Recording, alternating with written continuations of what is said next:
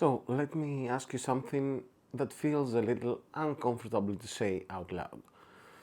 Have you ever sat there, maybe late at night, maybe after working on a track for way too long, and thought, why am I even doing this anymore?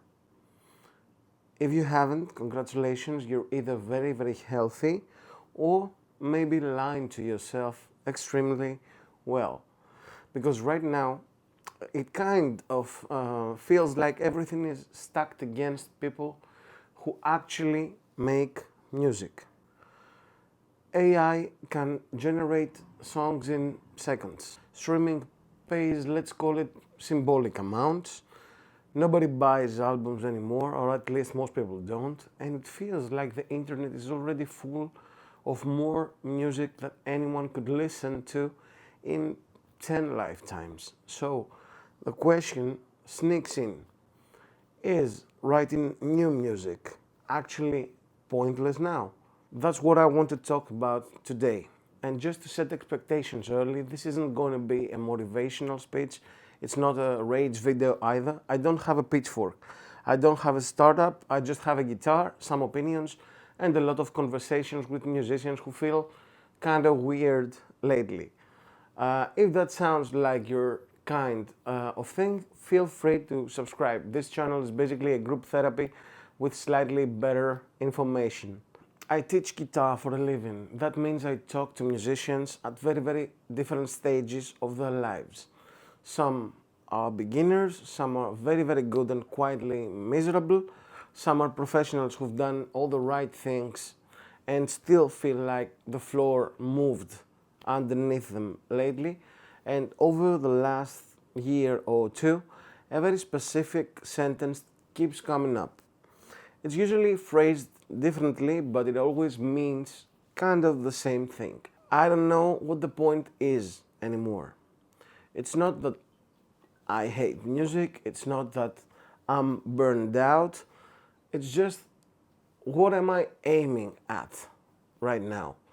And honestly, that's a very, very fair question to ask, because the old answers don't really work anymore. When I was starting up, at least, the dreams were like, get discovered, build your own fan base, release an album, maybe two, three, I don't know, go touring, do it as much as you can, make it. There were also dreams about record companies, because I started out early before the music industry collapsed, but make it. So make it where exactly? The elephant in the room: AI and oversaturation. Let's talk about the thing everyone's thinking about but pretending not to. Artificial intelligence, AI. You scroll past videos where someone types a sentence and boom, there's a song. Lyrics, vocals, arrangements, the whole thing, with sono and that kind of stuff. And if you're someone who spent years learning theory, harmony, rhythm, tone, perhaps you feel some kind of sting. That can sting a little bit. Actually, no, it can sting a lot. There's this immediate reaction of, what was all that for then? And here's where I want to slow this down a bit, because knee-jerk reactions are usually where bad conclusions are born. The problem isn't that music's been made too easily. Music has been getting easier to make for a long time. Multi-track recording used to require a building. Then it required a studio. Then it required a laptop. Now it requires not much at all. And every single time that happened, people said some version of, well, now it doesn't count anymore. It always counted, just not in the same way anymore. What has changed dramatically is the relationship between effort and reward. And that's where the real discomfort lives. Now, the money part, without getting depressed. Let's talk about money, but let's do it as calmly as possible. There was a window in history where making music and making a living from music were unusually aligned. Sell records, get some radio play, tour behind the album you just made for a year, 2, 3, and then repeat all over again. That wasn't the natural state of things. That was a very, very specific economic moment in time. And it's over. Streaming didn't actually break music, it just revealed something uncomfortable. Most music was never financially valuable in a mass market sense. That does not mean it wasn't good. It means the system that paid for it no longer exists. And here's a dangerous thought that musicians might get stuck on. If I cannot earn a living from my music, then my music probably does not matter, right? That sentence has quietly destroyed more creativity than any algorithm ever did. Also, if you're enjoying this so far, feel free to hit like. It helps this video find the other musicians who are currently staring at their DAW like it personally betrayed them. The identity crisis. Now here's the part that nobody warns you about. When the external rewards disappear, money, attention, validation, you're left alone with a much more personal question.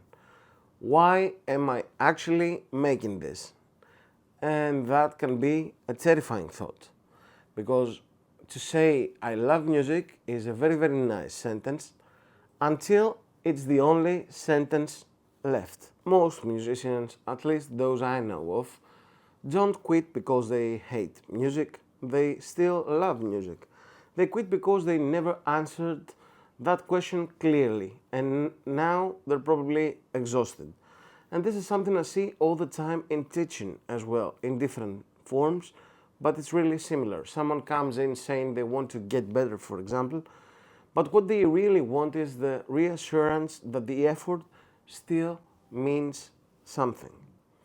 And the truth is, the effort doesn't mean what it used to mean. But that does not mean it means nothing.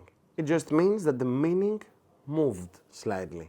A guitar player's analogy. Let me put this in guitar terms because that's how my brain works. Why do people still learn extremely difficult pieces of music that they will never perform for a large audience? Why do people practice things that will never be monetized? Because mastery changes you. It's not the marketplace, it's mastery. The value is not always external. And ironically, the musicians who survive this era best are the ones who understand that early on. Not because they're noble, but because they're psychologically more stable, which admittedly is not something that musicians are famous for. So, is it pointless? Let's answer this question honestly. Is it pointless to write new music now?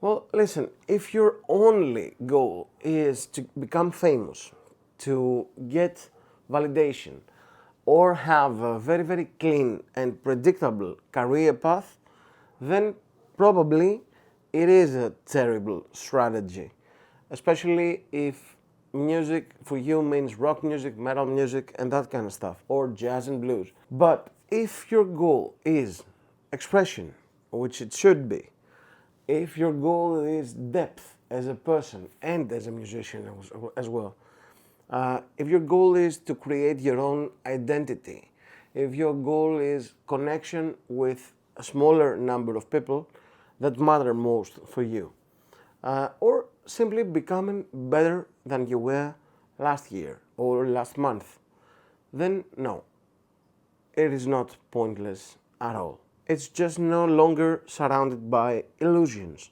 And strangely, that can be very, very freeing too. This is where teaching quietly becomes important, because once the fantasy goes away, craft starts to matter again.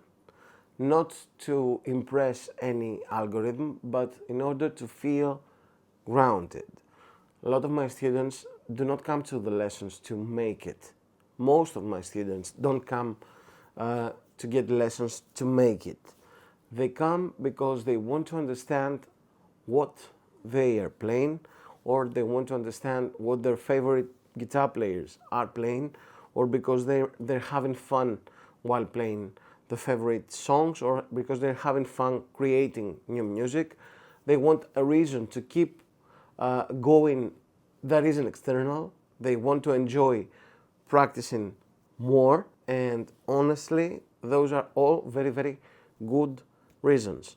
If you're in that place and you want help reconnecting with your playing without the noise, that's literally my job. You can check the links below. No pressure, just options. So here's where I'll leave this for now. If you're questioning whether making music still matters, you're not weak, you're not behind, and you're not wrong. You're just early in the process of updating your expectations. In the next video, I want to talk about the idea of cheating, tools, and why arguing about fairness is kind of a dead end. Spoiler, music has never been fair. If you have thoughts, doubts, disagreements, leave a comment. I read them, and if you want to stick around for the rest of this series, subscribe. And whether you keep making music or not, make the decision consciously. That alone puts you ahead of most people.